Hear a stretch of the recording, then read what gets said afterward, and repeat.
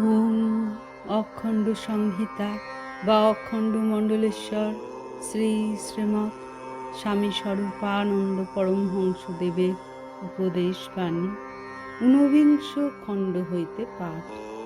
পৃষ্ঠা সংখ্যা 15। সৎ কথার সৎ শক্তি।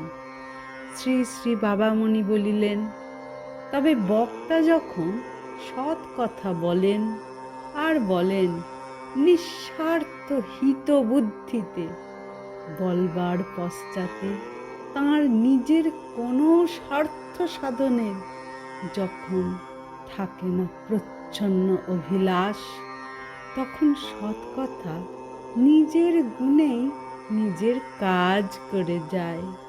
সুতরাং বক্তার ভিতরে দোষ, ত্রুটি, অসম্পূর্ণতা বা অপরিপক্কতা যতই থাকুক বা যাই থাকুক, সৎ কথার গুণেই তিনি সমাদৃত হন।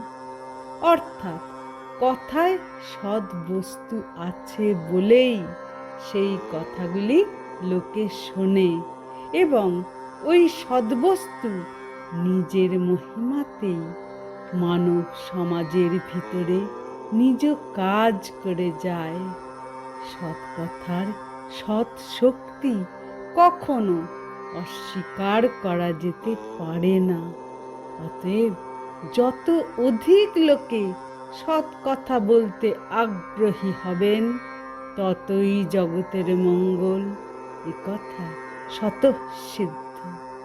হরি ওম।